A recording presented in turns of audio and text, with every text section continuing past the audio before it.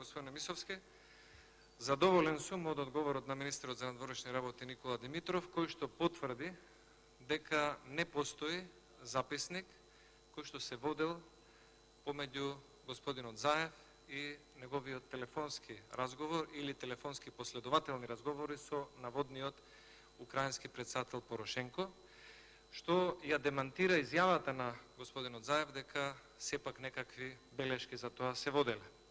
Министерството за надворешни работи за такви белешки не било информирано и со самото тоа не било во можност да провери преку македонската амбасада во Киев дали станува збор за вистински разговор, дали темите кои што се разговарале ќе имаат некој фоллоуап и да може да превенира дополнителни злоупотреби на една ваква висока позиција како што има премиерот и при тие злоупотреби да се оддадат и некои можеби не сакајќи или сакајќи службени, државни или доверливи информации.